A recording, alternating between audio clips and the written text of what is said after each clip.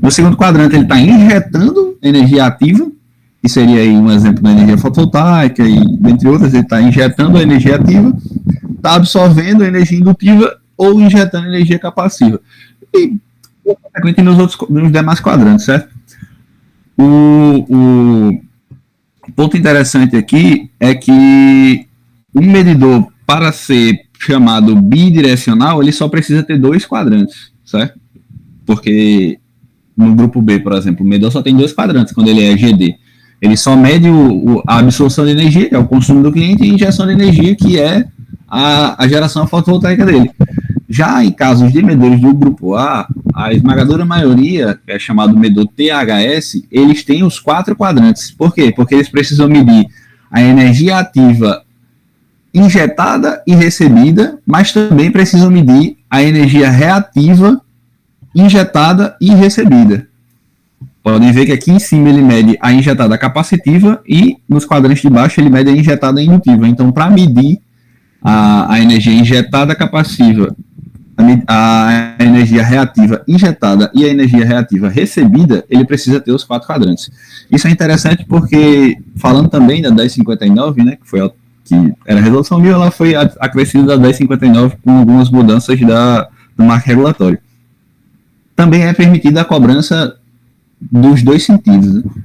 O que seria dos 2 sentidos? Até então, a concessionária de energia ela só cobrava o excedente reativo e a demanda em um único sentido, que geralmente era o sentido de consumo do cliente. Então, o cliente tinha uma geração fotovoltaica de 2 megawatts lá e não tinha carga nenhuma.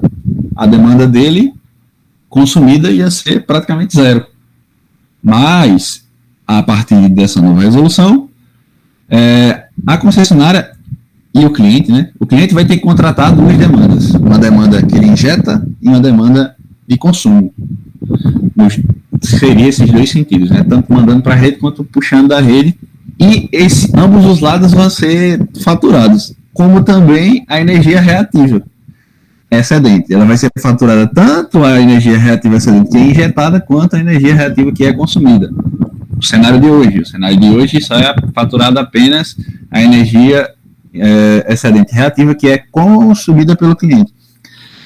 Isso é um problema tremendo quando você fala que em energia fotovoltaica, né? Porque os investidores de energia fotovoltaica, parece que é feito na casa do quintal de alguém. O que mais ele faz é injetar sujeira na rede. Distorção harmônica, enfim. Então, para o cliente que tem uma geração fotovoltaica, quando receber essa cobrança, ele vai ficar bem complexo aí para ele, né? Porque o inversor dele provavelmente vai estar gerando uma oscilação absurda na rede. Vou fazer uma pergunta aqui. Não existe TUD de G para energia reativa. Não, a TUD é a cobrança do uso do sistema fio, né? Então ela não tem relação com a energia. Ela tem relação com a utilização do sistema de rede, de distribuição. Né? Então, no caso, não é que ele cobra a TUD de G reativa, é que ele vai passar a juntar a energia reativa, tanto que você está jogando sujeira no sistema, quanto é que você está puxando do sistema. Vai ser o total, né? A soma das duas. Não sei se deu para entender. Se não tiver, falem. Porque senão eu vou aqui correndo, chegar na frente de ninguém, não entendendo nada. E eu também estou escutando ninguém. Deu para entender, Vitor? Show. Vamos lá. Aí agora é importante a gente entender como é que é realizada a medição. A medição de clientes, tanto o grupo A quanto o optante B, ela pode ser feita de 2 formas. A chamada medição direta, que é quando a corrente total e a tensão total do cliente, elas passam por, literalmente dentro do medidor. E isso acontece em clientes que têm correntes até 200 amperes, que é o maior medidor que a gente tem disponível no mercado. São medidores de 200 amperes, são medidores bem robustos e conseguem suportar essa corrente de 200 amperes. A partir de 200 amperes, a gente passa a ser necessário utilizar alguns elementos para realizar a medição. Elementos que a gente chama que são... A gente tira de dentro do medidor e externaliza isso, né? Porque no medidor de medição direta ele já tem esses elementos, só que estão internamente ao medidor, que é que a gente chama de TP e de TC. que é o transformador de potência, mas no caso ele é basicamente um transformador de tensão ali, e o transformador de corrente. Que no caso do medidor normal, eles ficam aqui dentro, transformador de corrente, transformador de tensão, transformador de corrente, transformador de tensão. Pode ser realizado de algumas formas, dependendo da topologia do medidor, né? Por TC ou por resistência shunt, enfim. Seria o transformador de potência, a gente vai ver agora. Vamos lá. Aí, quando ultrapassa a corrente e os 200 amperes, a gente precisa ter algum tipo de intervenção ali. Aí a gente passa a utilizar a medição indireta. O que seria a medição indireta? A medição indireta, o medidor ele não vai ter contato com as grandezas totais que o cliente está consumindo. A corrente que passa, ela vai ser, digamos assim, minimizada para que por um fator conhecido, para que o medidor ele consiga ler essa informação e depois ele multiplica essa informação pelo fator conhecido. Que no caso o fator conhecido seria o nosso RTC, que é as relações de transformação do transformador de corrente. E o TP é basicamente esse carinha aqui, ó, que é o transformador de potência, que ele vai basicamente diminuir a tensão para um nível que o medidor ele consiga interpretar. Vamos lá, colocando em exemplos agora. Ele tem um cliente que é chamado medida em alta. Não sei se alguém vocês já viram, mas um cliente ele tem um cubículo de medição lá dentro. Entra as três fases 3.800 volts, é medido e depois sai para os transformadores deles para baixar a tensão. Quando é medido em alta, a medição é indireta e ela tem tanto o transformador de TC quanto TP. Por quê? Ele tem um TP que baixa a tensão de 13.800 volts, geralmente é 70 para 1, geralmente baixa para 115 volts. E tem um transformador de corrente que pega a corrente que passa na alta tensão e diminui para um nível de corrente, geralmente de até 5 amperes. Fica uma faixa aí de 1 a 5 amperes, mais ou menos, a corrente que entra no medidor. Então, vai estar passando lá 3.800 volts, vai estar passando lá seus 10 amperes na alta tensão, que é muita coisa, 10 amperes na alta tensão, muita coisa mesmo. E o medidor vai estar enxergando 5 amperes, 4 amperes, 1 ampere e 115 volts, certo? Depois, ele pega essas duas grandezas e multiplica por uma coisa que é chamada de medição, que é basicamente o fator multiplicador para ele voltar ao nível real da grandeza que ele está medindo, certo? Então, os TCs eles ficam aqui, obviamente em série com a linha, porque eu quero medir corrente. Para medir corrente eu tenho que estar em série com ele para passar a mesma corrente do meu elemento, né? O primário do TC geralmente é um condutor único, é uma barra, ou é um TC de janela, que simplesmente o fio passa por dentro dele. Por quê? Porque você precisa ter uma baixíssima resistência no primário, que é para não interferir na corrente que ele está medindo, não interferir no circuito como um todo. E o TP, ele fica necessariamente em paralelo com a rede, porque ele precisa medir a mesma tensão. E tem uma resistência do primário altíssima, que é para ele não interferir na medição que ele está realizando, certo? Vamos lá. Seguindo. Todo mundo está entendendo? Duas pessoas levantaram a mão. Pode falar. Vá antes, Fernando. Pronto, só para eu falar aqui para saber se eu estou pensando correto. No caso, é como se na medição indireta tivesse transformasse, né, a tensão com uma corrente para baixa, para depois ele corrigir essa baixa na tensão, que no caso seria multiplicado pela constante de medição. É isso? Exatamente. Ele baixa o nível de tensão, no caso do TP, ele baixa o nível de tensão para um nível que consegue colocar no medidor, o medidor consegue interpretar, e depois o medidor internamente dele, eletronicamente, ele multiplica esse valor pelo valor conhecido, que é a constante. Sim, entendi. Fabrício, se eu quisesse fazer uma medição com um analisador de 200 amperes, que os TC suportam até 200 amperes, desses clientes que têm medição em alta, eu poderia instalar o analisador junto da medição indireta? No caso, por exemplo, junto de onde ficaria o medidor da COSERN? Cara, Eu vou dizer que conseguiria, mas exige um conhecimento a mais. Por quê? Você não vai conseguir colocar ele na alta tensão. Aí tá na cara, né? Obviamente. Sim. Claro. Mas, se o medidor tá conseguindo medir, você também consegue, certo? Uhum. Só que aí você vai ter que medir a mesma coisa que o medidor tá medindo. Você vai ter que medir a saída do TP e a saída do TC e depois multiplicar pela constante. Você vai ter que fazer o mesmo processo que o medidor faz. E tem que conhecer a constante. Isso. Mas aí a constante você conhece através da placa do TC e a placa do TP, né? Que vai ter lá a relação de transformação. Uhum. Ótimo. Mas aí o equipamento que você vai conectar, ele tem que ter essa função, essa funcionalidade, né? De ser adicionado a uma constante de medição. No caso, isso poderia ser feito manualmente após a retirada da memória de massa do equipamento? Pode. Sim. Poderia. Show. Poderia. Agora, assim, dependendo do TC que você coloca para medir essa corrente, pode ser que fique fora da faixa de exatidão do TC. Você falou um TC de 200 amperes. Se você colocar um TC de 200 amperes na saída desse TCzinho aqui, que vai jogar no máximo 5 amperes aqui, não vai nem excitar o TC, não vai nem ler a informação, sabe?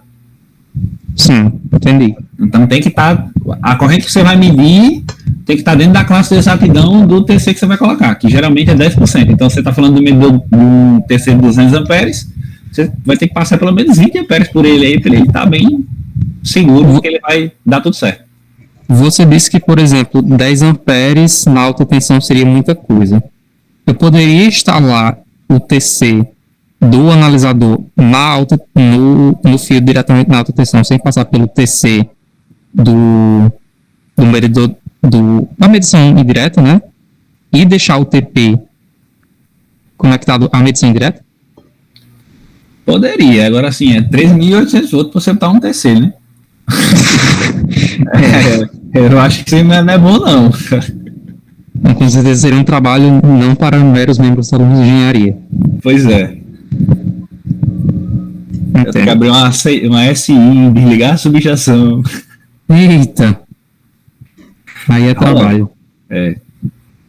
Entendi. Show. Valeu. Eu digo isso porque quando o pessoal ele vai verificar se o medidor está funcionando como deveria funcionar, se ele está dentro da faixa metrológica, eles conectam o aparelho de aferição exatamente nos T6. E no aparelho de aferição ele coloca a constante de medição e o aparelho passa a ler a mesma informação que o medidor está lendo. Sabe? Então funciona. Pode falar. Teria como, por exemplo, eu utilizar um TC menor do que o que vem no equipamento? Consequentemente, possivelmente mais sensível? Menor do que o que vem no equipamento. Sim. Assim, eu estou dizendo sim, mas considerando que o equipamento ele tem essa possibilidade de alterar a constante de medição. Por exemplo, aquele equipamento que a gente tem na luz, ainda funciona aqui. Aquele quadradinho que tem um TC bem pequenininho. Uhum. Ele tem uma configuração que quando você conecta ele tem na última aba lá, ele tem uma configuração de RTC. Você altera a relação do TC. Aí você pode colocar qualquer TC lá e atualizar a relação de transformação que ele vai calcular certo. Legal. Ele só precisa conhecer a relação de transformação. Ele só multiplica, é uma conta simples. Né? É uma variável lá, a relação de transformação, você atualiza. Uhum. Massa. Perfeito.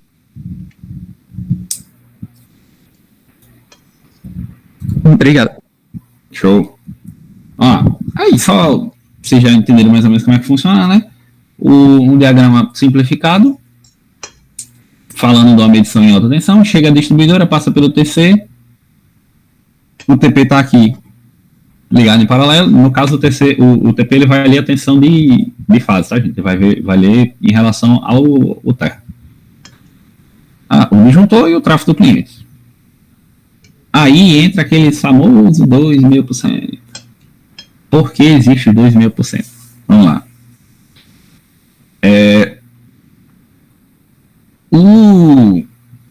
A distribuidora ela só é responsável pela a entrega do fornecimento até o ponto de entrega dela.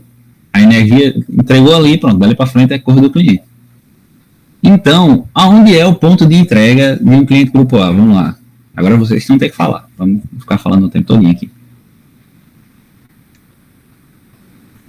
Onde é o ponto de entrega no consumidor do grupo A? Ponto assim onde é a divisa entre o que é consumidor e o que é concessionária. Pode chutar, gente. Subestação, não? Eu chutaria a entrada do primário da subestação privada. É lá em cima, mais ou menos isso que o Leandro falou, é lá em cima na bucha. Tá o poste lá, tem o isolador do poste onde chega a linha da corrente, pronto, acabou ali. Dali para frente aqui, consumidor. Mas, se você parar para pensar, lembra que eu falei lá atrás que até 200 amperes eu consegui medir com o medidor direto, certo? E se a tensão for suportável pelo medidor, ou seja, eu estou medindo em baixa tensão, o medidor suporta, 220, 380, o medidor suporta. Mas a corrente ela passa de 200 amperes. O que é que eu posso fazer? Fazer a ligação chamada que a gente chama de BTI. Travou só para mim? Oi? Tá travando? Aqui tá de boa. Aqui tá ok também. Pronto, vamos lá.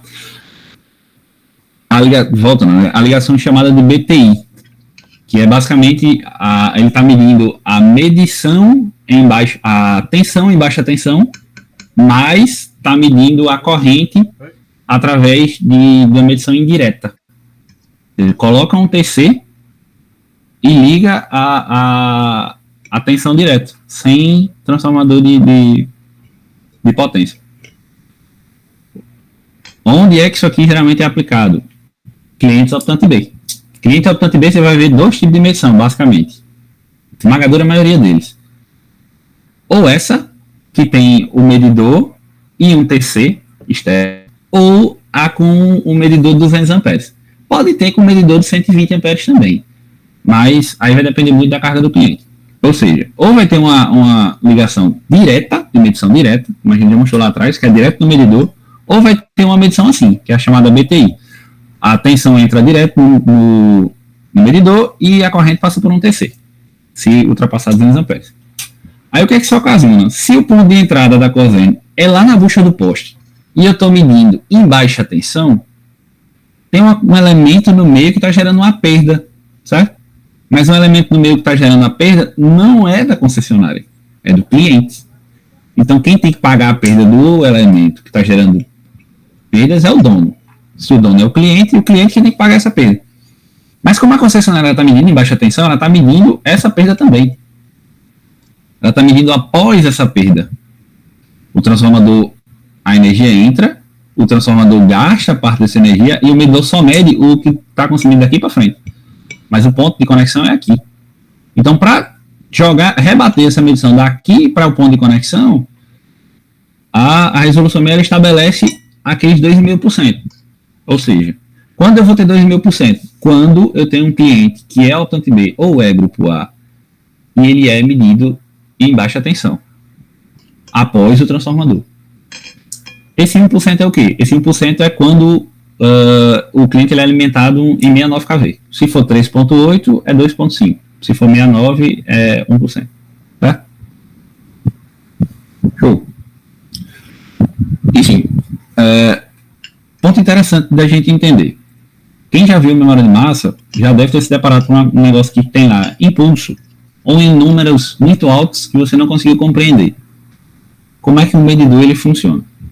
O medidor de energia eletrônico, né, ele tem uma chamada taxa de amostragem, né, que nada mais nada menos que o medidor faz é uma integral dentro dele. Ele pega a curva de consumo do cara e sai fazendo vários quadradinhos na curva e aproximando a área desses quadradinhos. Isso aí é basicamente uma integral.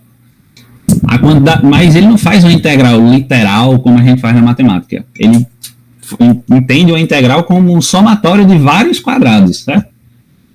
E quanto mais quadrados ele tem, mais assertivo ele vai ser em medir essa curva, certo? Então, essa quantidade de quadrados ela é chamada de taxa de amostragem. Isso está diretamente relacionada com a quantidade de bits que o medidor trabalha. Ele pode trabalhar com 16 amostragens por minuto, por 32, e aí vai.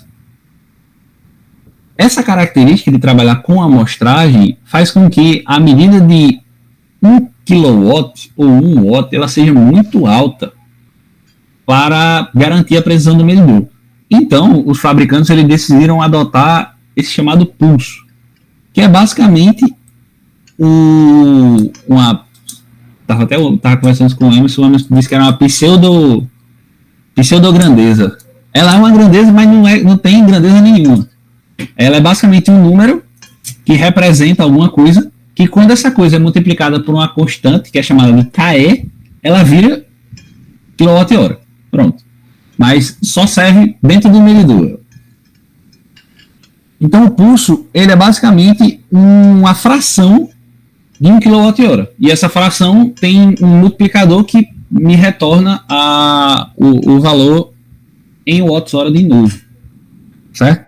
Todo mundo entendeu? É necessária a utilização de pulso, porque a unidade de kWh é um nível muito alto de informação para que o medidor consiga guardar essa informação. Por exemplo, a gente tem uma casa normal que o cliente consome pouco. Se eu considerasse o 1 kWh, imagina o tempo que ia demorar para o medidor pulsar, para o medidor registrar essa evolução. Tipo, a casa está desabitada. Ia demorar muito tempo. Então, ele ia ter uma perda de precisão muito alta. Ele ia demorar muito tempo para registrar, né? Para quem não sabe, se vocês passarem na frente do medidor e não tem duas luzinhas piscando, cada luzinha daquela é referente a uma grandeza. Uma vai ser referente ao consumo ativo e outra vai ser referente ao consumo reativo. Aquelas luzinhas piscando são chamadas pulso. O medidor está pulsando. Se você olhar na frente do medidor, eu até acabei tirando a foto, mas se você olhar na frente do medidor vai estar escrito KE kWh 0,01, 0,03. Se você contar a quantidade de vezes que a luz piscar e multiplicar por aquele valor, você vai chegar em quantos kWh passou naquele tempo que você estava olhando para o medidor ali. E é exatamente assim que o medidor funciona. O medidor não lê kWh não, ele lê pulso. Ele conta os quadradinhos lá e acabou. Quantos kWh é, aí depois o fabricante vai lá, bota o bicho da bancada, vê quantas vezes ele pulsa e vê quantos kW passou e determina a constante. É basicamente assim que ele faz. Pode falar, Vitor. O analisador de energia também faz isso? Impulso? Depende muito do analisador. Assim, internamente, eu garanto para você que ele funciona em pulso. Agora, se ele mostra para você, aí é que é o diferencial, entendeu? Entendi. Geralmente, os medidores de concessionária, eles sempre mostram impulso. Se chegou para você em kWh é porque foi convertido ou porque a constante de multiplicação dele era 1. Se a constante de multiplicação dele é 1, o pulso é igual a kWh. Né? Só tem essas duas possibilidades.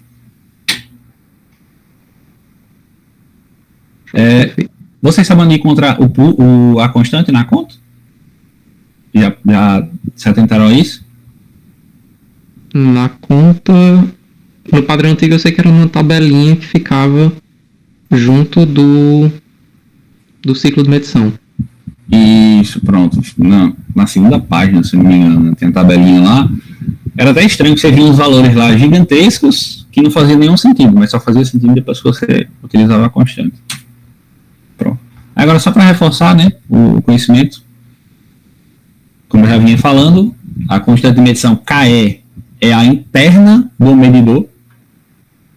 A constante RTC é a constante do TC, a relação de espiras do TC. A RTP é a relação de espiras do TP. E multiplicando tudo isso, eu tenho a constante total de medição. Eu posso não ter TP, como eu já mostrei lá atrás, né? Posso não ter nem TP nem TC e ter só a KE. Isso aí são as várias possibilidades. Aí, só um exemplozinho pra gente fixar, que eu sei que às vezes fica muito confuso, muito jogado. Pode falar, Vitor. KH seria como essa outra constante? Eu acabei pulando. Mas o KH, ela é basicamente a constante de calibração do medidor. Ok. Porque quando a gente vai fazer a calibração, a gente utiliza exatamente aquela luzinha que fica piscando lá na frente do medidor. Às vezes o KH e o KE é igual, às vezes é igual, mas às vezes é diferente. Aí quando é diferente, eles sinalizam as duas separadas. Certinho. Valeu. Vamos lá, aí um exemplo. A gente tem aqui a linha, né, de 3.800 volts, temos um TP que está 70, no caso é 70 para 1, e temos um TC aqui. O nosso medidor tem um AKE de 1, como eu já expliquei, AKE é o fator multiplicador para chegar em kWh, né, para converter a unidade de medida dele. Nesse caso aqui, ó, se você recebesse a informação em pulso ou em kWh, seria a mesma coisa, porque como é 1, está multiplicando direto, né? Então não tem nenhum problema. A gente tem um TC aqui de 30 para 5, 6, né? E como é que a gente calcula? Se a gente quiser a energia no secundário, a gente vai ter aqui 115 volts, que seria a diferença de potencial de fase, né? Dividido por 70, ele vai dar 8 mil e pouco, dividido por 70, vai dar 115 volts. A gente vai ter 5 amperes aqui na saída, porque está passando 30 na entrada do TC. E multiplicando, considerando aqui 24 horas, né? A gente vai ter 3.800 watts-hora. A constante de medição vai ser 420, que é o RTP vezes o RTC, só com a KE é 1, então não precisa multiplicar. E a energia no primário, o que é que eu faço? Eu pego a energia do secundário e multiplico pela constante de medição. Cheguei aqui, ó, 5.796 kWh. Quando a gente fala primário, é o que eu quero medir, que é o que está passando aqui, ó, na rede. E secundário é o que o medidor está enxergando. Aí a constante, basicamente, ela rebate a informação que o medidor está enxergando aqui para a informação que está passando aqui. É o que a carga está consumindo. O real que a carga está consumindo. E na medição impulsos, né? A gente estava falando aqui na medição em grandeza, que a KE era igual a 1, então ele já estava em kWh. Quando a gente está falando da medição impulso, aí aqui, ó, pode ver que a KE já é 0,3.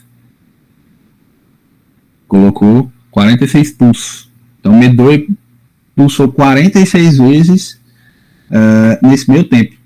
E a partir da multiplicação dos 46 vezes a constante, né, que é o 70 para 1, vezes o 30 para 5, que é o 6, vezes a KE 0,3. Eu vou chegar na mesma potência. Certo?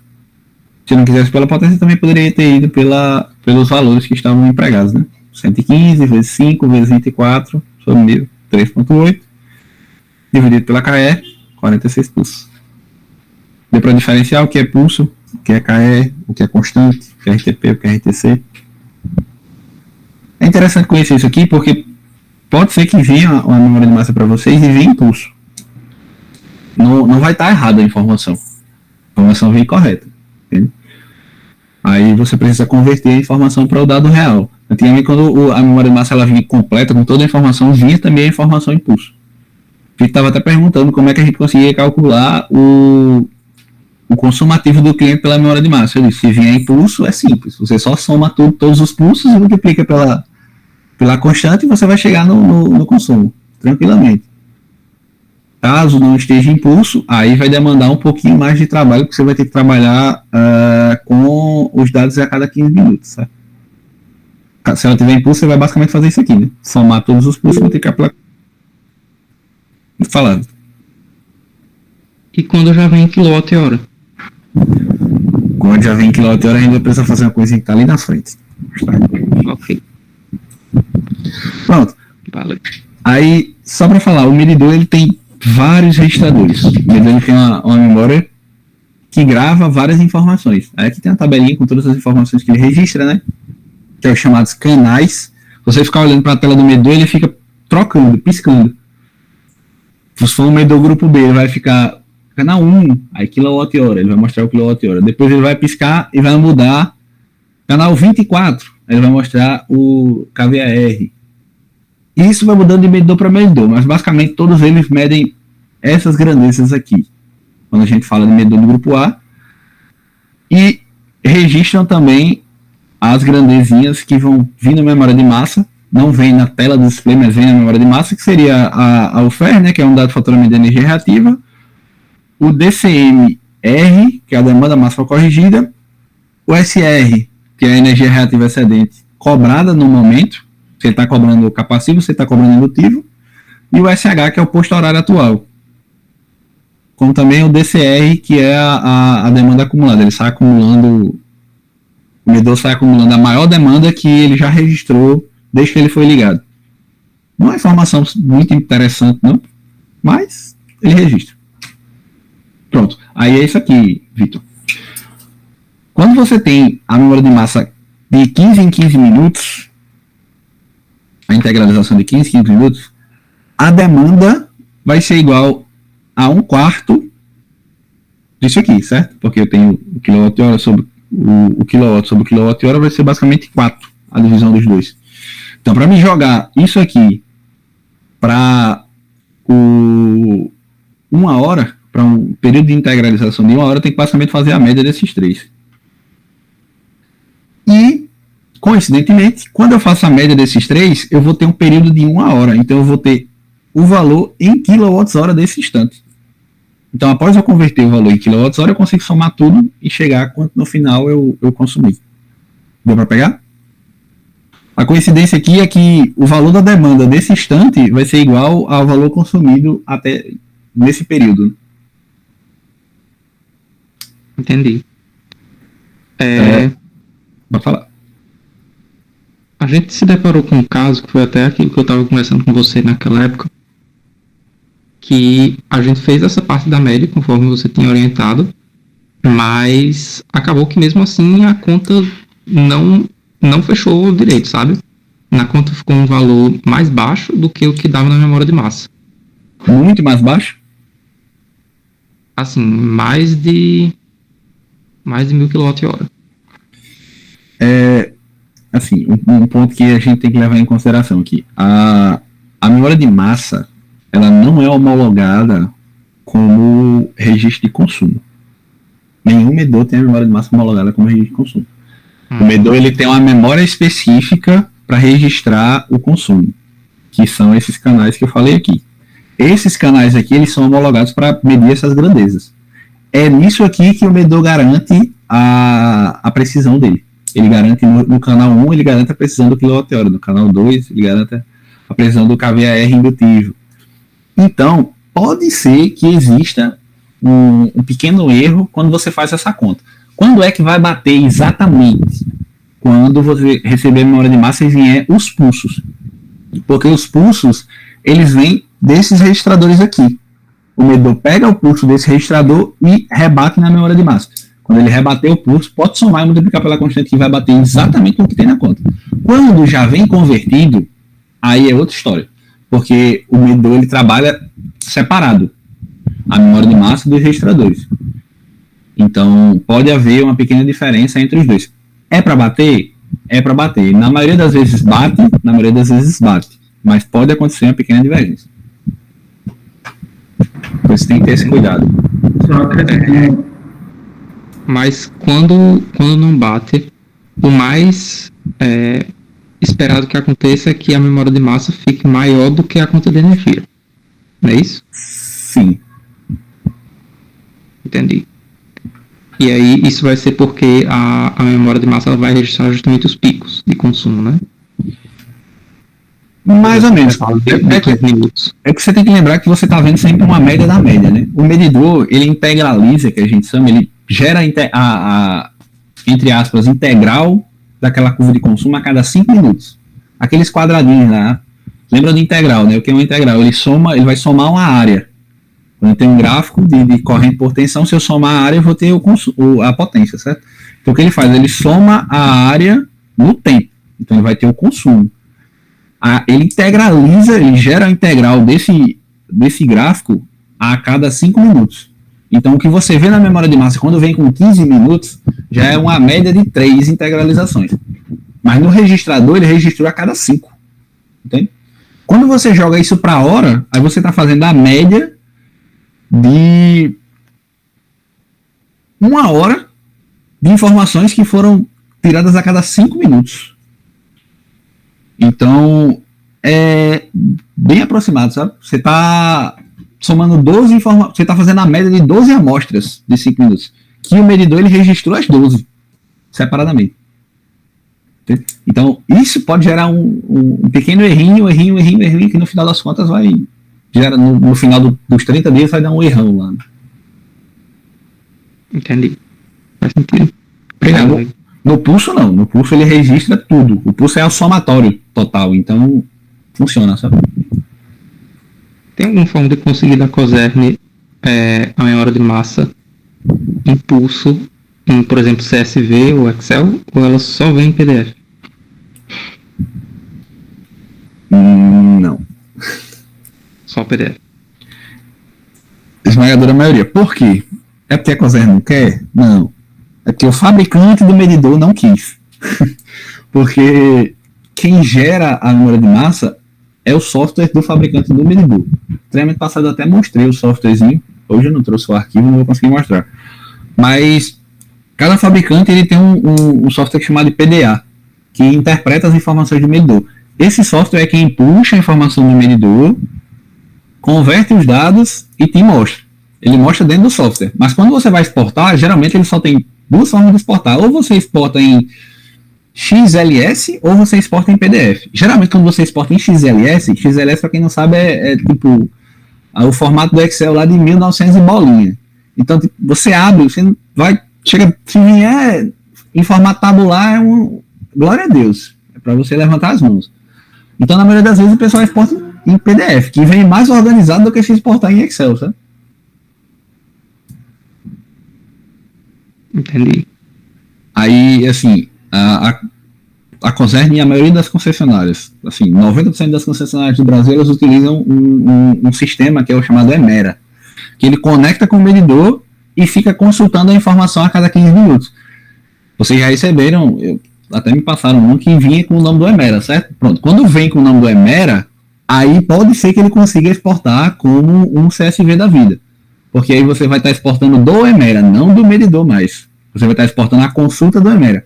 Mas essa consulta do Emera também tem suas ressalvas, porque não é a memória de massa real oficial, é a memória de massa que o Emera criou.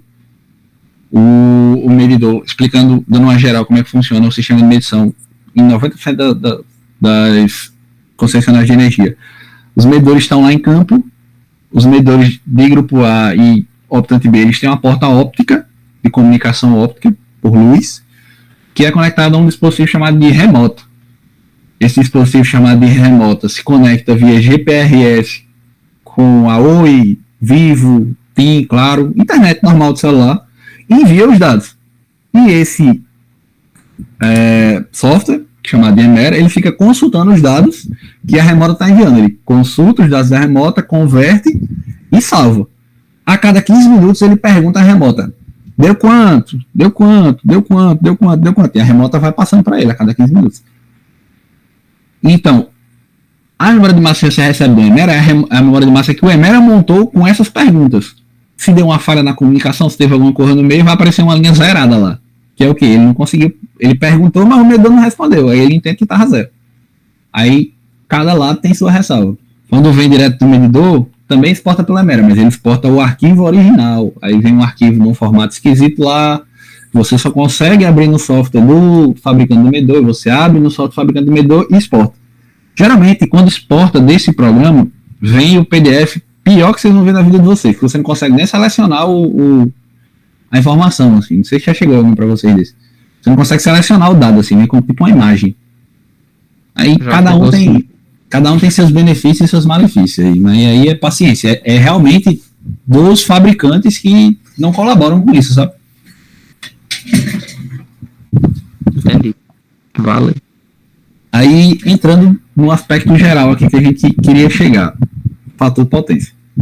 Por que é cobrado fator de potência? Basicamente porque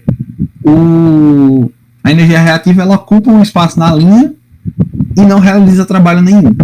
Então ela gera perdas na linha, ela aquece a linha, ela aumenta a corrente que passa na linha, ela aumenta a perda técnica da distribuidora, ela prejudica o fornecimento e não gera trabalho nenhum.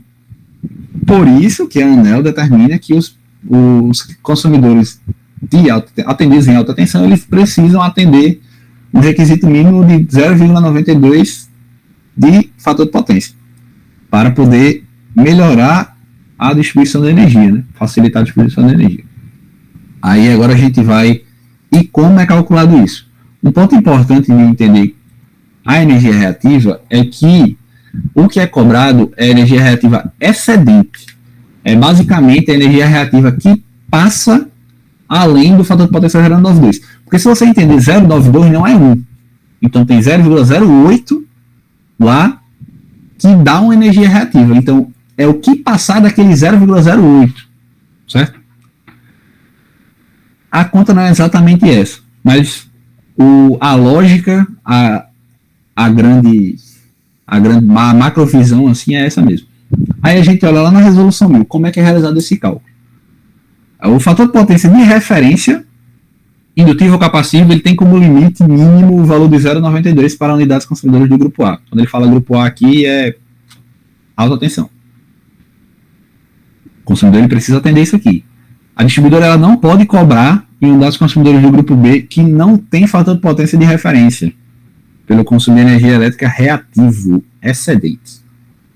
Mas a distribuidora pode cobrar o montante de energia elétrica e demanda de potência reativa excedente da unidade consumidora do grupo A, incluindo a que opte pelo faturamento com a aplicação da tarifa do grupo B. Certo? Aqui está o detalhe. Por isso que quando você recebe uma fatura do optante B, a única coisa que diferencia ele do grupo B é que tem reativo.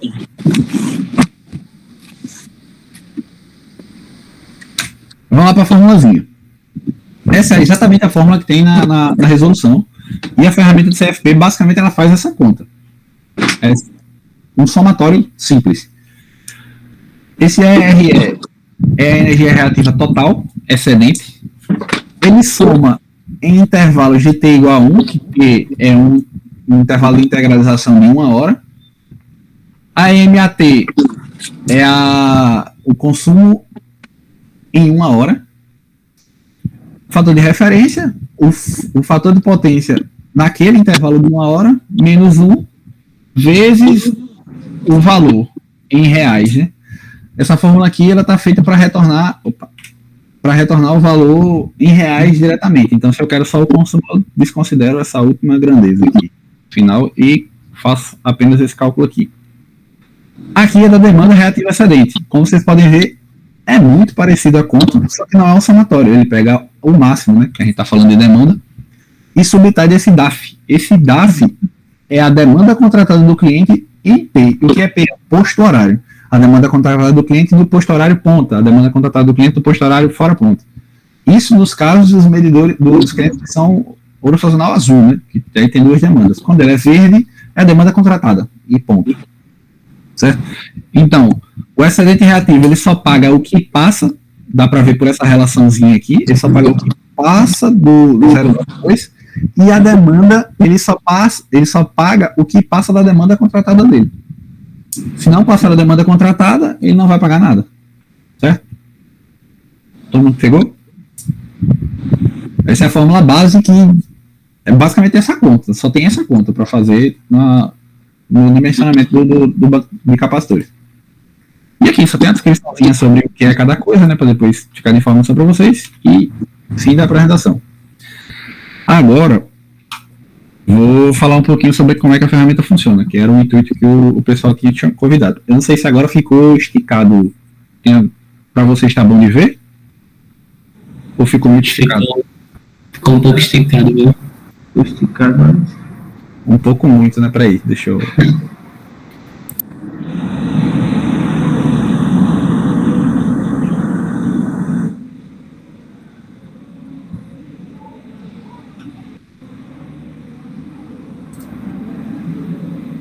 Acho que eu vou compartilhar outra tela.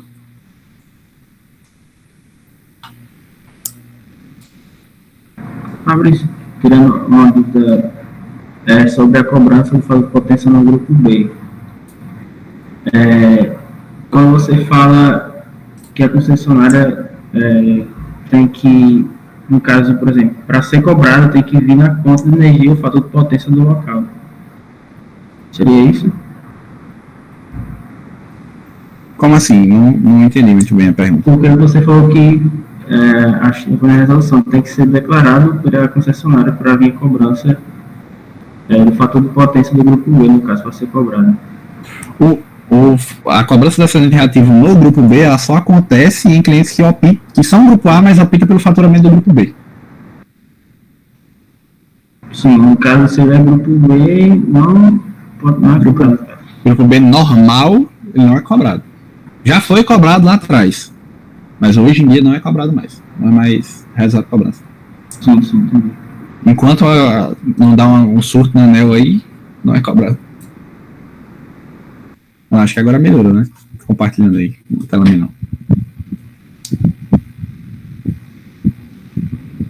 Não tá vendo? Agora sim. Vamos lá. Já deve ter visto a carinha dela aqui. E basicamente o que está por trás, que realiza a conta, é aquela formulazinha que eu mostrei. Ela tem a aba que você adiciona a memória de massa. Nesse caso aqui tem uma penca de informação, mas para o cálculo você não necessita de todas essas informações. Vocês vão ver mais à frente que para o cálculo eu só preciso da hora, do kilowatt, do reativo indutivo e do reativo capacitivo. Ponto. Não preciso de mais nada dessas outras informações, porque todas essas outras informações eu consigo com essas 4 grandezas, né? Hora, demanda, né? Reativo indutivo e reativo capacitivo. Ponto.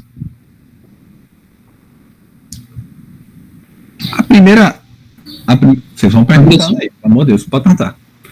Essas outras informações, elas são utilizadas em algum momento na ferramenta? Sim, mas não precisariam ser utilizadas. Existe outra forma de chegar sem utilizar elas. Aí isso eu vou mostrar para vocês, para não ficarem presos a esse formato de memória de massa. Beleza, acho que o Vitinho quer fazer uma pergunta também. Pode falar. No caso, o DCR-LC, o que ele é exatamente, para que ele pode servir e para que ele serve na ferramenta? O DCR-LC, ele é a demanda acumulada reativa. Para que ele serve?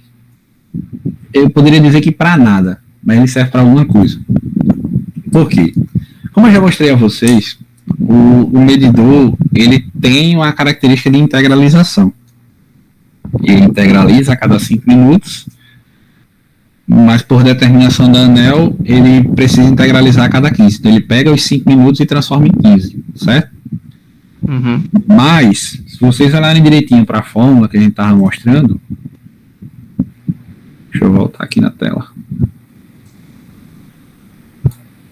A fórmula ela puxa um chamado tempo T igual a 1, onde T é o intervalo de 1 hora no período de faturamento.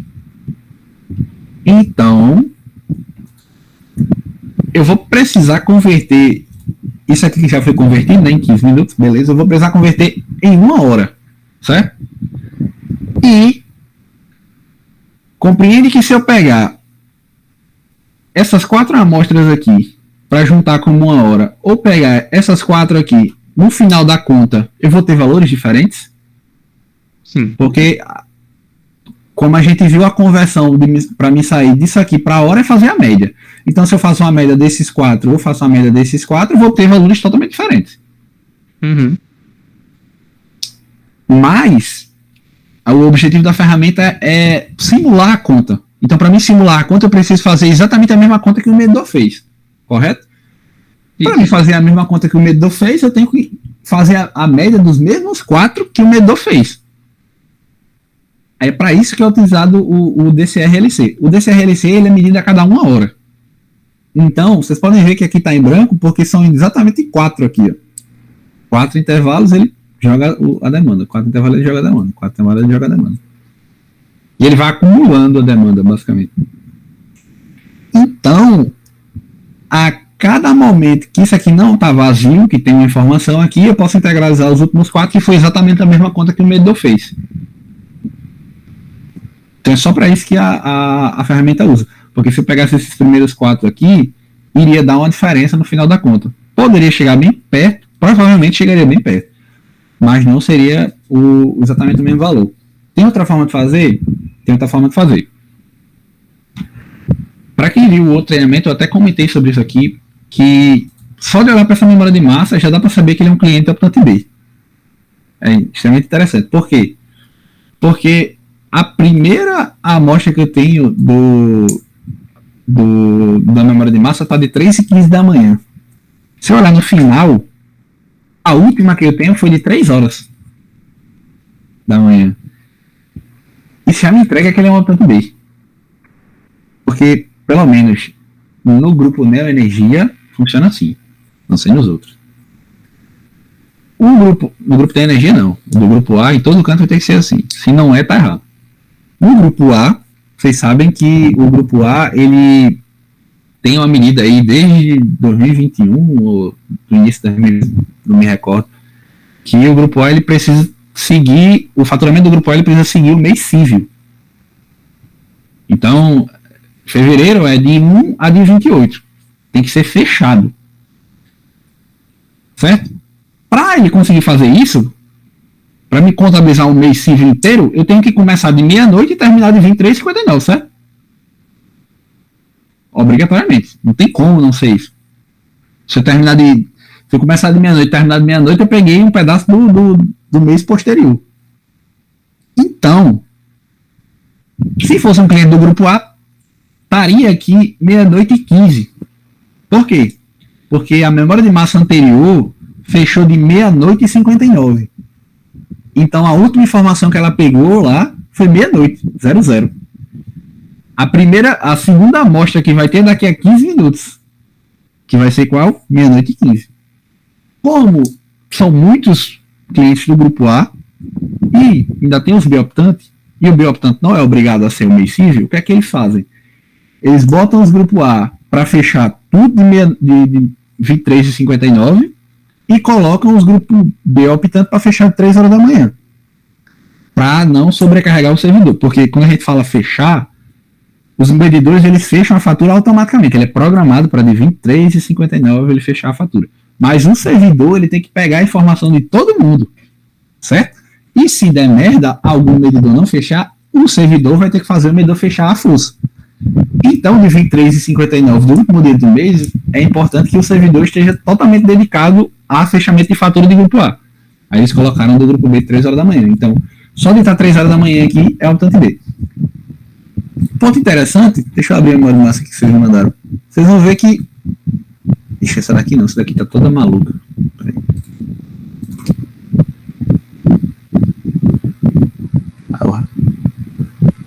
Pronto. Ó, esse cliente é o quê? Grupo A. Por quê? Porque tá aqui, ó, meia-noite e 15. Ele fechou no mês passado 23h59. A última informação que ficou na hora de massa dele foi meia-noite. Se eu pegar um medidor desse e observar aqui, ó, tá vendo que tem 2 aqui? Ficou 2 do mês passado, certo? Que esse aqui só vai ver, esses 2 aqui vão faltar na memória de massa do próximo mês. E se eu olhar aqui em cima, esses 2 aqui, eles complementam 1 hora do mês passado. É a mesma coisa que acontece aqui no optante B também. A memória de massa que tá aqui. Podem ver que se eu fechar 4 aqui, que foi o que o medidor fez, tá vendo que ficou 2? Esses 2, eles fecham 1 hora com os 2 da memória de massa do mês anterior a esse daqui. Então, via de regra, se eu desconsiderar os primeiros 2 e começar a fazer a conta a partir do terceiro, vai dar certo também. Aí eu não precisaria usar o DRLC. Todo mundo entendeu o porquê? Uhum. Então pronto. Desconsidera os primeiros 2 e faz a partir do resto. O medidor, Fabrício, ele desconsidera os 2? Não. Ele faz a conta e soma a metade. Certo? Até porque ele não integraliza a cada 1 hora. Ele integraliza de 15 em 15 minutos. Então, para ele, não fez diferença se partiu no meio Se ficou meia hora. Mas pra gente aqui, para não dificultar a nossa conta, a gente faz só desconsiderando os dois. Pode fazer e multiplicar por meio, né? Mas aí só vai aumentar a complexidade do cálculo. Certo? Certinho. Pronto. Muito bom. Então, basicamente, entenderam, né? E essas demais informações aqui, ó, o que é isso aqui? É o fator de potência. Pega o fator de potência e diz se é capacitiva ou se é indutiva. Se você tem a demanda, tem a potência reativa indutiva e tem a potência reativa capacitiva, você consegue chegar no fator de potência e dizer se ele está indutivo ou se ele está capacitiva. Então, você não precisa dessa informação. O que é isso aqui? Oi? É verdade, realmente não precisa não. O que é isso aqui? Isso aqui ele está dizendo, o SR, como a gente viu lá no slide, ele diz qual a energia reativa que está sendo cobrada no momento. Isso aqui também não precisa. Vocês sabem muito bem que é cobrado o fator de potência indutivo de 6h30 à meia-noite e meia e de meia-noite e meia a 6h30 é cobrado capacitivo. Então isso aqui é uma fórmula assim, né? Se maior do que 6h30 e menor do que meia-noite, L. Se menor do que 6h30 e maior que meia-noite, C. Acabou. Certo? Então isso aqui também você não precisa. O que é que isso aqui diz? Se é fora ponta ou se é na ponta. Você sabe o horário de ponta, você sabe o horário de fora ponta. Então também você não precisa disso. Então, a grosso modo, você só precisa dessa informação aqui e da data e da hora. Da data nem usa, mas enfim, né? Incrível. Que é basicamente isso que vem nos... Aí por que nas coleta essa informação? Porque o medidor registra. Por exemplo, o medidor está de acordo com a norma? Porque o medidor registra. Tipo, o medidor ele tem canal para registrar tudo no mundo. Então, se tem espaço, eles fazem a conta, sabe? Aí vai de fabricante para fabricante. Tem medidor que não entrega o fator de potência calculado. Tem medidor que só entrega as potências. Tem medidor que entrega tudo. Tem medidor que não entrega praticamente nada. E aí vai de medidor para medidor. O que é que todos entregam?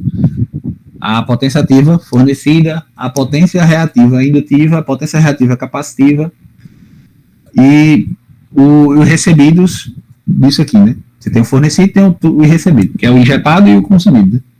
Todos entregam esses 6 aqui. Você quer garantir que você vai ter. Então, se quiser fazer uma coisa genérica, é melhor se basear a conta apenas nesses 6. Certo? Entendi. Pronto, esse aqui é um exemplo da memória de massa que foi tirada pelo Emera, Paulo. Emera.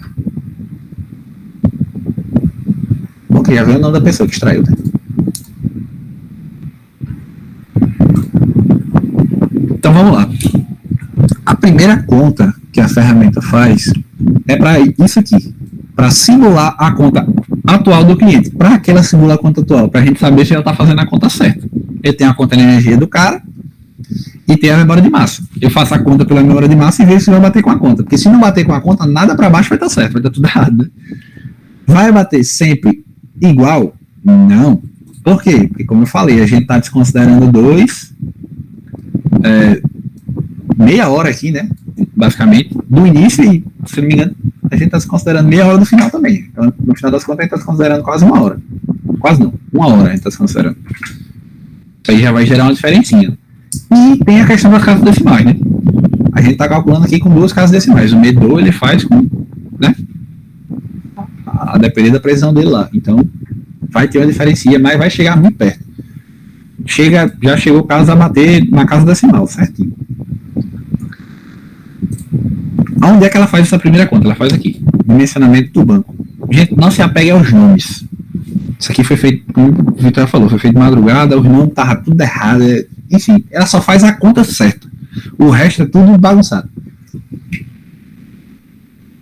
Vamos lá. Qual a primeira coisa que ela faz? Ela pega o fator de potência, joga para cá. Como eu já disse, ela precisaria utilizar o fator de potência que está na memória de massa? Não, ela poderia só ter calculado aqui. Arco tangente da potência ativa com potência reativa, acabou, chegando no valor. O tipo de fator de potência, ela pega direto da memória de massa, já pega direto daqui. Fica referenciado, tá? Linha 4 aqui, vai trazer a mesma coisa na linha 4 daqui. Então, a mesma coisa que está lá na linha 4, está aqui na linha 4. É um espelho do que está na memória de massa. Aqui ela puxa o tipo de fator de potência que está sendo cobrado, o tipo de fator de potência, né? O tipo de fator de potência que está sendo cobrado, não. O tipo desse fator de potência aqui é 0,21 o quê? Capacitivo. Qual o fator de potência que está sendo cobrado? Capacitivo no momento. Certo? Que esse aqui é basicamente a demanda que está lá. A demanda que está aqui, 6. Está aqui, 6. Aí a gente começa a fazer a conta. Daqui para frente é a conta.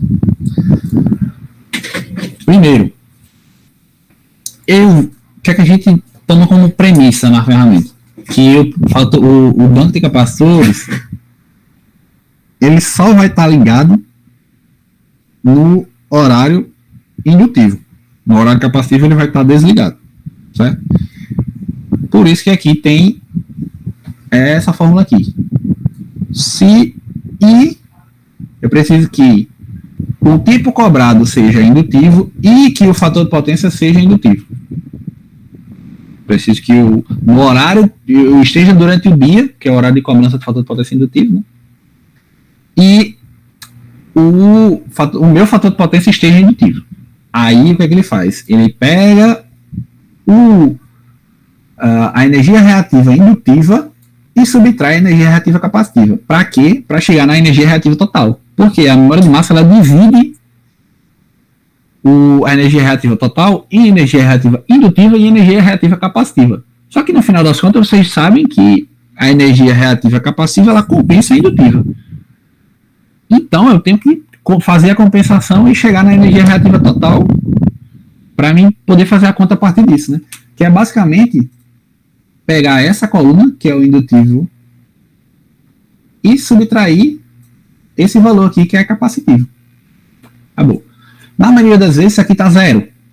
Se está diferente de zero, provavelmente o cliente tem algum banco de capacitor já no momento. Porque são pouquíssimas cargas que geram energia capacitiva, energia reativa capacitiva. A maioria das cargas gera energia reativa indutiva, que aí é motor, enfim.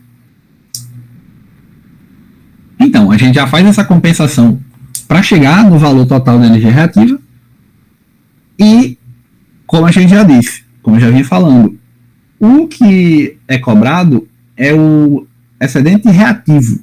Então, é só o que passar. Qual seria o desejado? Aí eu calculo aqui.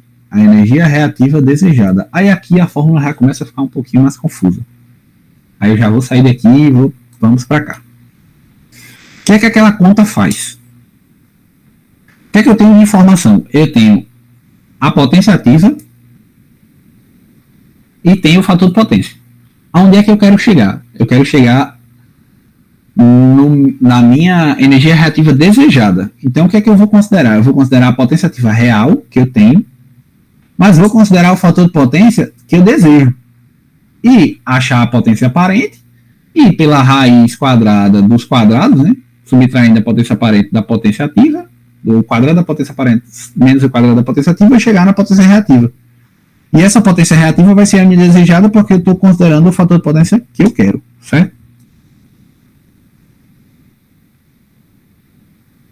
Então, é basicamente o que essa conta faz. Ó. Raiz de memória de massa kW LC, que é a potência ativa, sobre o fator de potência desejado ao quadrado. O que é esse sobre o fator de potência desejado? Eu estou chegando na potência aparente, elevando ao quadrado, menos a potência ativa ao quadrado, que é exatamente essa conta aqui. Essa conta aqui. Opa. Aí eu chego no que o cliente deveria estar tendo. Ele deveria estar com, no máximo, 4,97, mas ele está com 5,376. Então, nesse caso aqui, ele já seria cobrado. Lembrando que aqui eu estou considerando o fator de potência de 0,093, que é para ter uma margem, né? Mas aí você pode colocar 0,92 também. Mas para ter uma margem, geralmente é bom colocar um valorzinho a mais, 0,93, 0,95, enfim. Porque a gente está considerando uma memória de massa de um único mês, né? Pode ser que o cliente mude o padrão de consumo dele e seu banco deixe de atender a demanda do cliente. Se eu tenho o que deveria estar e tenho o quanto está, o que eu preciso compensar é basicamente uma subtração. Né?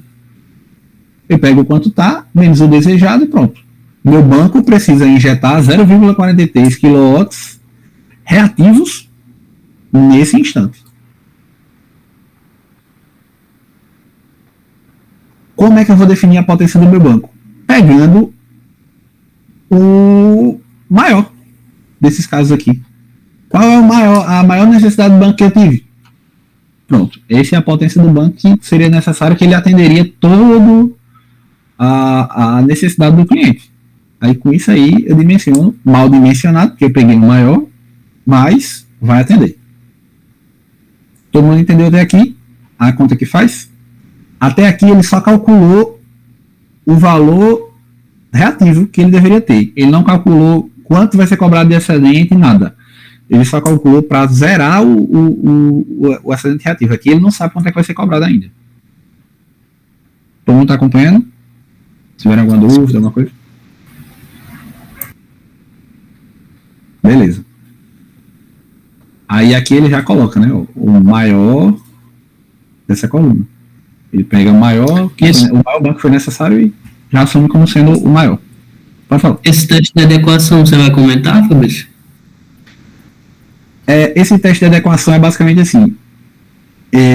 Aqui tem um campinho que você joga um valor do banco de capacitores para testar o quanto ele se adequa.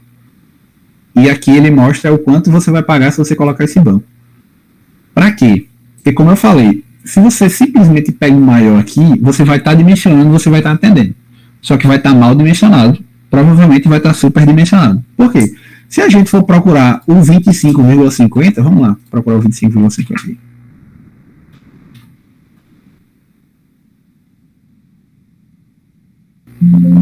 Ele não vai achar porque provavelmente não é exatamente 25,50, né? Mas vamos descer aqui e ver onde é que está o maior.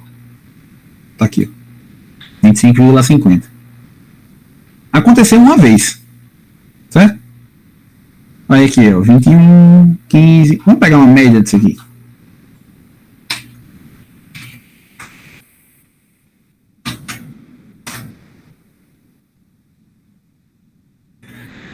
Ó, o meu máximo é 25,50, mas a minha média é 6 kVAR só. Então, será que vale a pena eu colocar um banco de 25 kVAR para me atender apenas alguns pontos de outliers de funcionamento do meu cliente? Aí é para isso que serve esse teste de adequação. Ele sai testando, é basicamente uma fórmula se o valor do banco desejado ele é maior do que o valor do banco necessário no instante, né? No instante de 15 minutos. Se o banco desejado é maior ou igual a esse valor aqui. Se for maior, igual, ok. Se não, é inválido. Depois eu faço uma proporção, né? Ó, o banco de 12 ele atende 88% dos casos. Vale a pena eu colocar um de 25? Se com um de 12 eu já atendo 88%, se eu for olhar aqui enquanto eu gasto, o cliente vai pagar R$2 de consumo reativo com um banco de 12.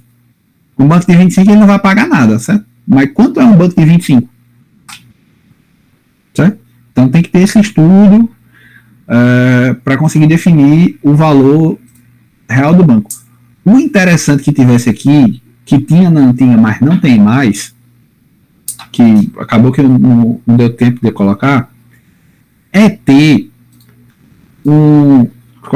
uma informação de forma gráfica. Isso aqui, eu não vou conseguir adicionar porque não tem o outro eixo do gráfico, né? Tem que ter a data e a hora aqui. Para conseguir enxergar os picos. Tem até uma informação como era esse gráfico. Tipo, esse gráfico, exatamente esse gráficozinho aqui. Que é esse gráfico? É a potência do banco. Quanto está para cima é indutiva, quanto está para baixo é capacitiva. A potência necessária, na verdade, para bater o reativo total do cliente. E esse traço laranja aqui é o banco dimensionado. Você pode ver que tem muitos outliers, mas esse traço aqui já está atendendo grande parte. Então é interessante ter essa informação visual na hora de escolher esse banco desejado aqui. Atualmente não existe, mas aí fica de informação para vocês depois adicionarem. Aqui fica muito bom essa visão aqui para você conseguir ter noção de se seu banco está muito bem dimensionado. Por exemplo, aqui nesse caso. Nesse caso aqui, o banco que iria aparecer aqui como o maior banco, né, o máximo, iria aparecer um banco de 15. Só que olha quantas vezes o consumidor precisou de 15 kVAR. Uma. Vale a pena colocar um de 15? Em hipótese nenhuma. Sabe? Então, tem que ter essa ponderação aí. Beleza. Entendemos essa aba, né? Essa partezinha aqui, mais na frente eu comento o que é. Já sabemos qual branco que eu preciso. Agora eu preciso saber, em termos financeiros, o que é mais viável para mim. Aí vamos lá. Simulação sem o banco. Que é, como eu disse, é o teste que a gente faz. A gente compara o valor da simulação sem o banco para ver se está perto da conta, para saber se está fazendo a conta certa. Aí aqui ele usa o DCRLC para saber o momento de integralizar. Se vocês virem aqui, ó, essa formulazinha, o que é que ela é? Tá dando para ver. Ela pega a linha da célula atual, menos 3 e vê se é maior que 4. Por quê? Porque como eu quero integralizar 1 hora, eu tenho que ter pelo menos 4 para cima para poder fazer a conta. Então, já é o primeiro pré-requisito, né? Como é o I, né? E o segundo é o DCRLC ser diferente de vazio. Aí, como eu disse a vocês, isso aqui poderia ser basicamente trocado por aquela questão. Pula os primeiros 2 e de 4 em 4 vai fazendo a média. Tranquilamente. Iria dar certo, do mesmo jeito. Certo? Atualmente ela usa o DCRLC, mas poderia ser feito dessa forma também.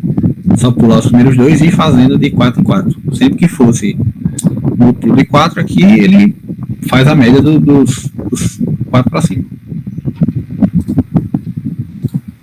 Basicamente o que ele vai fazendo aqui é uma função, ele tem esse si, e o que ele faz é uma média sempre de 4 em 4. Você pode ver que toda célula é sempre de 4 em 4.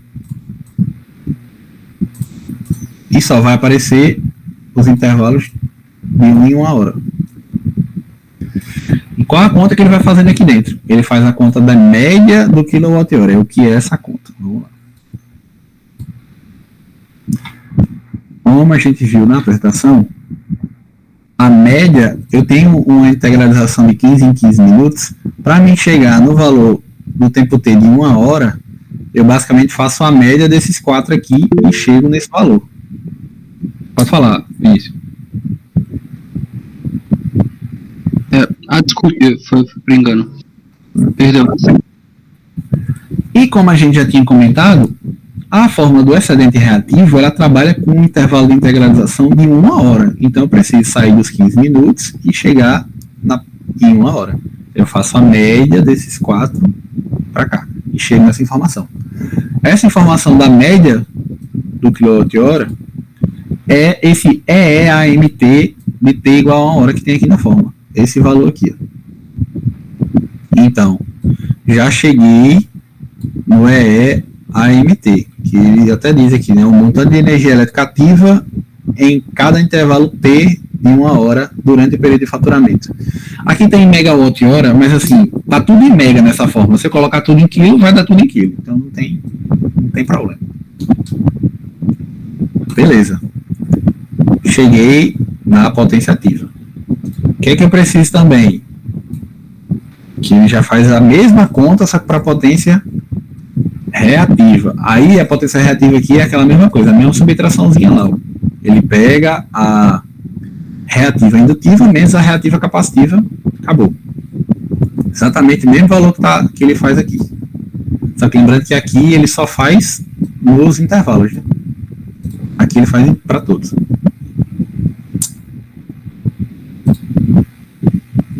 A partir desse valor, ele faz aqui o mesmo processo de média que é feito com o ativo, ele faz do reativo. Para quê? Lembra que eu disse que a gente não precisava do fator de potência? Exatamente, a gente não precisa. Eu não uso essa célula aqui em lugar nenhum do fator de potência. O que é que eu faço? E o porquê, né? Porque eu não uso. Porque Esse fator de potência aqui, ele é desses dois valores aqui. Ele é do instante, vamos para a memória de massa. Esse fator de potência aqui de 10,65 capacitivo é desse instante aqui, ó, dia 22 de 4 de 2021, às 3h45, para esse valor de potência ativa e para esse valor de potência reativa capacitiva, como não tem indutiva. Então, como o meu intervalo de integralização aqui de T é de 1 hora, eu não posso simplesmente chegar aqui e fazer a média desse fator de potência. Iria chegar próximo? Talvez. Provavelmente não. Porque não é 100% linear essa relação. Por isso que eu preciso fazer a média. Eu tenho que ter os dados a cada 1 hora ativo e reativo, que é para, com essas duas informações, eu chegar no fator de potência, que é essa segunda continha que eu faço aqui, ó. Cosseno de A tangente de J9 com I9, que é a conta que tem lá. Que é basicamente isso aqui. O meu fator de potência é potência ativa sobre a potência aparente, que é igual ao cosseno do arco tangente da potência reativa sobre a potência ativa. O que é que eu faço aqui? Eu descubro qual a minha potência ativa com um intervalo de integralização de 1 hora, descubro qual a minha potência reativa em um intervalo de integralização de 1 hora e calculo quanto é o meu fator de potência, que no caso, vamos ver quanto é que dá o fator de potência aqui. Opa, faltou um parêntese. Puxa. 0,1429. Por curiosidade, vamos ver quanto é que dá a média.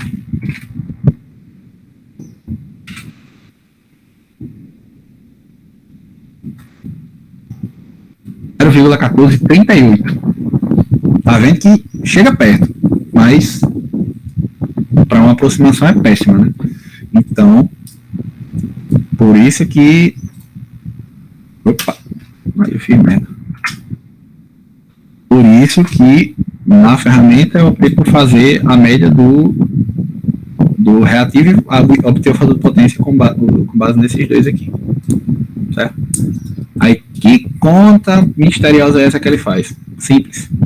Ele verifica se o fator de potência do cliente é maior do que 0,92.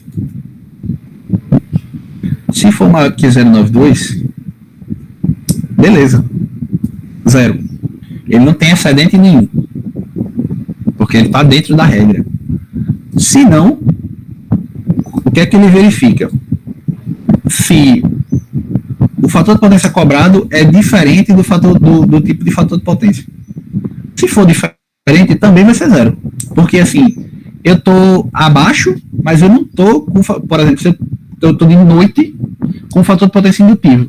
Se eu estou à noite com fator de potência indutivo abaixo de 0,92, não tem problema, porque ele só cobra fator de potência capacitivo abaixo de 0,92. Então, tá tranquilo, também é 0. Se não, aí a gente entra na continha, que é essa daqui. A gente já tem o valor de AMT, que é essa média aqui. A gente já tem o fator de potência, o FT, né, o fator de potência no tempo de integralização de 1 hora, que foi exatamente aquele cosseno que a gente mostrou lá, e no mais a gente só vai precisar de 1 para subtrair, né? Então, ele só pega aqui, ó, o AMT, que é a média do tempo de integralização de 1 hora da potência ativa, multiplica pelo fator de referência 0,92 sobre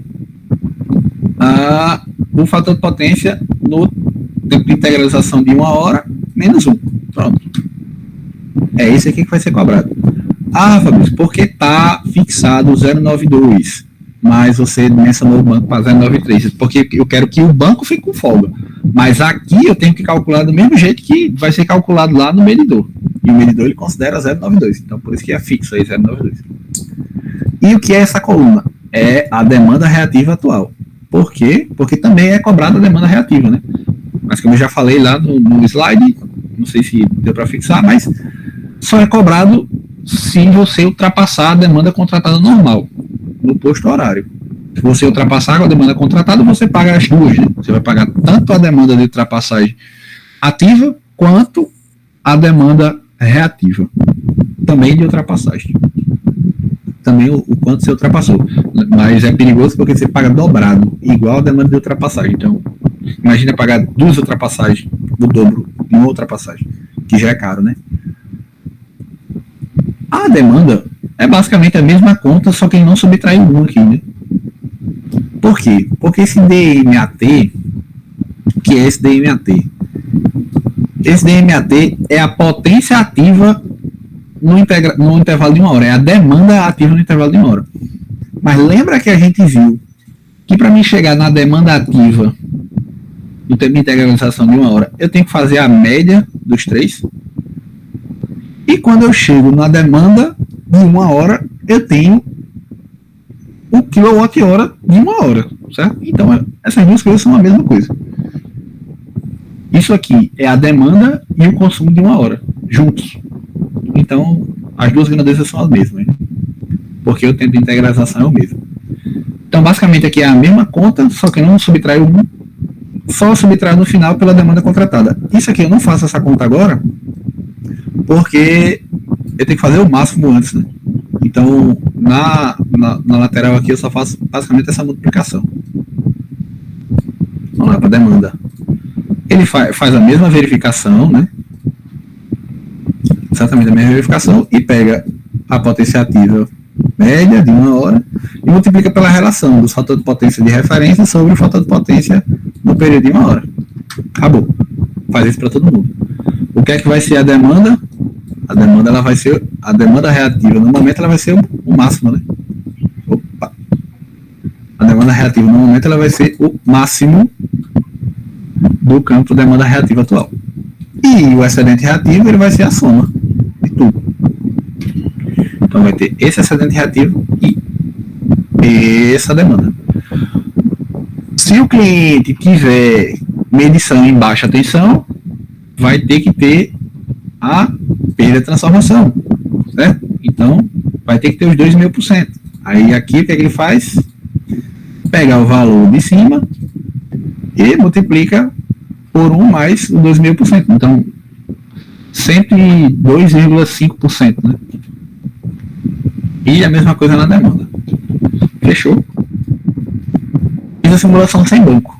Já tenho quanto vai ser de excedente reativo e quanto vai ser de demanda reativa. Eu só jogo aqui para a aba inicial, ó. Demanda reativa sem banco. Verifico se a demanda reativa sem banco é maior do que a demanda contratada do cliente. Se for, eu pego a demanda reativa e subtraio, eu vou ter a demanda reativa excedente, né, que é basicamente a demanda que ultrapassou a demanda contratada. Nesse caso, não teve ultrapassagem. Puxo o excedente reativo sem banco. Como eu falei, não teve ultrapassagem, né? Ficou 0. E o consumo reativo, em reais, é basicamente o valor do consumo reativo vezes a tarifa do excedente reativo, né? E aqui vai dar o total que ele vai pagar, que é a soma dos dois. Beleza. Com isso aqui eu comparo com a conta e vejo se está fazendo a conta certa. Se está batendo, se está fazendo sentido. Fez sentido, o resto vai fazer sentido também. Na outra aba, você tem mais um, né? Ele faz exatamente essa mesma conta, só que tem uma pequena ediçãozinha no meio, porque agora eu vou fazer uma simulação com um banco, simulando que o banco está funcionando, que o banco está injetando energia reativa. Se o banco está injetando energia reativa, concorda que aonde ele iria somar era aqui, ó. Se eu tenho um banco de 15 kVAR ligado, ele vai somar 15 kVAR aqui, ó, na minha energia reativa capacitiva. E é exatamente essa conta que eu faço aqui. Eu pego a mesma coisa que eu fiz no outro, verifico, ó, se são iguais, fator de potência cobrado.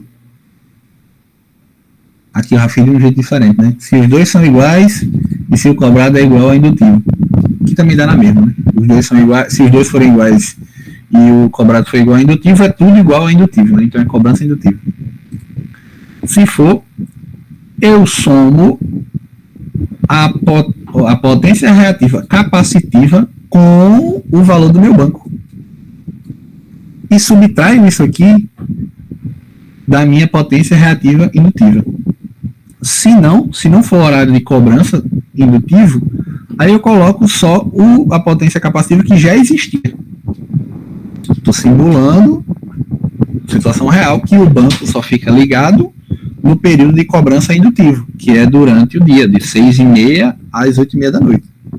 Às meia-noite e meia, na verdade. Beleza. Aqui eu já inseri o banco. Opa. Pode ver que a maioria ficou negativa, né? Porque o banco é grande e o banco ele estava compensando tudo. Aqui eu faço exatamente a mesma conta, só que agora você pode ver que zerou o excedente reativo, né? Obviamente, que aqui eu estou considerando o banco máximo. O banco máximo ele foi dimensionado para zerar. Como a gente viu aqui, o banco máximo ele atende. O banco máximo ele está atendendo 100% dos casos. E o que é essa continha aqui na lateral? É exatamente a mesma conta dessa, podem ver aqui, só que somando o banco desejado, que é o banco que você coloca aqui na primeira aba.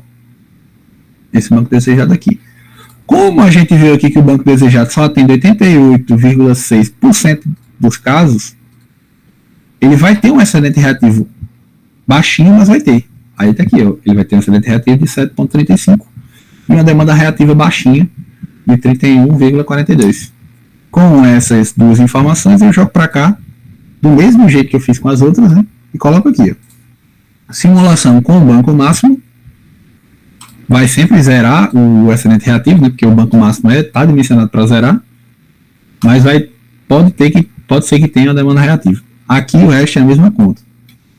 No banco desejado, como a gente já mostrou lá, ele puxa o excedente reativo com o banco desejado e puxa a demanda reativa com o banco desejado e faz a continha. Ó, com o banco desejado, o cliente vai pagar R$2.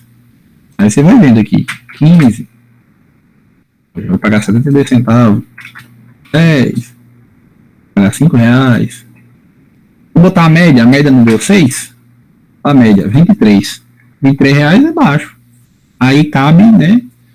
Aí aqui que entra o engenheiro da coisa, né? Você tem que começar a fazer o estudo de payback desse negócio. Que é o que tem aqui embaixo, né? Faz um breve estudo de payback extremamente simplificado, que é o que tem essa última aba aqui. Ele basicamente pega o valor do investimento, né? Que é o valor do projeto, do dimensionamento do banco, e quanto ele gastou com o banco, soma e vai subtraindo o quanto você vai tendo de lucro todo mês, né? A economia mensal é essa, menos o custo de manutenção, ele vai subtraindo até se pagar. Então aqui, ó, a partir do mês 19, o valor ele passou de zero, então você pagou o projeto e o banco. Ele monta o gráficozinho aqui, o gráfico de payback está aqui, ó, o tempo de payback 19 meses. Beleza? Mas também aqui o Aloprey, né, nos valores de 5 mil, 15 mil reais o banco, enfim, chutei. Beleza, no mais, é isso. Aqui, você coloca a demanda contratada, a tarifa da demanda, no caso aqui, deixa eu até ver. Exatamente, a tarifa da demanda, a tarifa do excedente reativo, a perda de transformação se tiver, se não você coloca 0 na verdade. E o fator de potência que você quer dimensionar. Se você quiser dimensionar para o fator de potência 1 aqui, não faz sentido, né? 0,99. Com 27 kVA eu chegar no 0,99. 0,2. 25,24. Enfim. Em tese, isso aqui não é para ser nunca abaixo de 0,92, né? Porque senão você não está dimensionando o banco para atender o cliente. Mas, enfim. Fica a critério. Aí, gente, assim, no geral, é basicamente isso. Não tem mais nada. Além dessas coisas, só tem essa partezinha aqui, que eu sinto que ia falar depois, gente, que é o que gera essa informaçãozinha aqui. E geralmente, quando você vai pedir um orçamento, você precisa de ver as células que você quer. Eu quero uma célula de 24 kVAR, eu quero duas de 11,30, porque isso aqui é um valor calculado. O valor exato é esse daí. Mas você precisa transformar isso em valores que tem no mercado, em células que tem no mercado. Basicamente o que ela faz é pegar uma tabela de potências de células capacitivas comerciais, existe essas células capacitivas no mercado,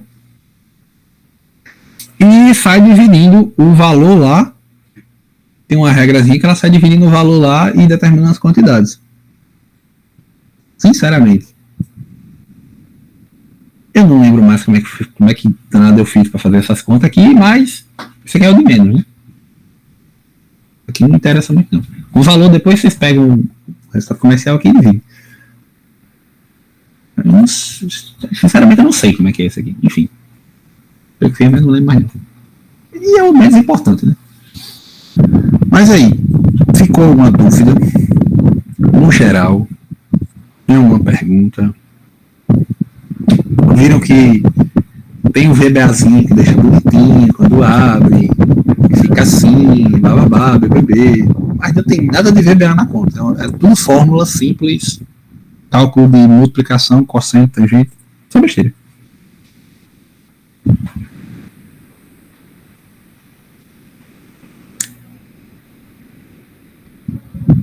Eu não tenho nenhuma dúvida. Acho que eu fiquei bastante contemplado por tudo que foi falado. Inclusive, foi falado até além do que eu esperava. Foi um treinamento muito além de CFP e memória de massa. Foi um treinamento da ferramenta completa. Então, foi bastante coisa e tudo ficou bem explicado, ao meu ver. Eu também estou muito, muito satisfeito. Eu já esperava que seria um treinamento profundo, assim, mas, assim como o Vitinho, acho que fui surpreendido positivamente. Então, foi muito, muito, muito esclarecedor. Eu imagino que para o pessoal do núcleo, né, do CFP, as coisas tenham dado uma clareada muito grande e, com certeza, ajudou muito. Sim. E engraçado que eu notei alguma de dúvida e fui tirando ao longo da apresentação. Todos. Então foi realmente muito bom, assim. Bem profundo, como alguns falaram assim em si. E essa ferramenta, para entender, estava dando trabalho, Fabrício, meu amigo. Mas foi muito bom em si.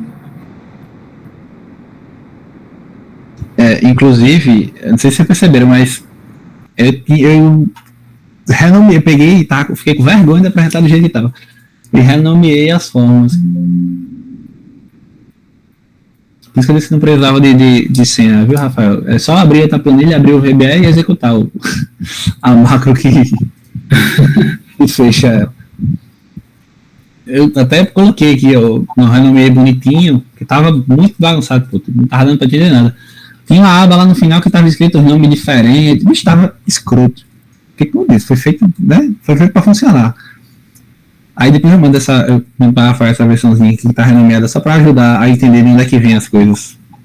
Perfeito. Inclusive eu ia pedir já, né? Deixa de bola. Alguém tem mais alguma pergunta? Rafinha quer comentar alguma coisa? Não, eu queria só comentar, falar para os trainees, né, gente, se vocês não tiverem entendido muita coisa, é super normal, tá? Vocês ainda vão ter esse treinamento no trainee mesmo, mas, tipo, CFP é um assunto bem complexo, assim, tem muita coisa, então vocês tendo esse primeiro contato com o Fabrício, lá na frente vocês vão conseguir, o Fabrício falou isso, agora faz sentido, entendeu? Então, vocês vão construindo também.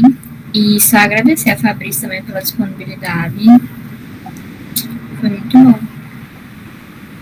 Exatamente. Eu também entro aqui para reforçar a fala de Rafinha. CFP é um assunto complexo, principalmente quando junta não só o conceito físico e elétrico em si, mas também toda a parte de tarifação, que Fabrício ele detalhou bastante, e também o funcionamento dos equipamentos, enfim. Foi um treinamento bastante profundo. E aí, a pensar que justamente ao longo do trainee existam outros momentos para que esse tema ele seja revisitado de outras maneiras, para que o conhecimento fique realmente bem consolidado, Até porque o treinamento de hoje e os que vão vir a seguir, eles não são apenas sobre CFP, eles são sobre todo o funcionamento da cobrança e como que isso ocorre, né? Então, é um tema bastante abrangente, bastante fundamental para outros serviços, inclusive além de CFP. Então, fica aqui o meu muito obrigado a Fabrício, que disponibilizou seu tempo para deixar esse conhecimento aqui para a gente. E é isso. Muito obrigado também a todos que se disponibilizaram a se fazerem presente nesse momento. E é uma oportunidade tanto. Show. Será que a gente consegue tirar um printzinho? Galera que conseguir abrir as câmeras aí.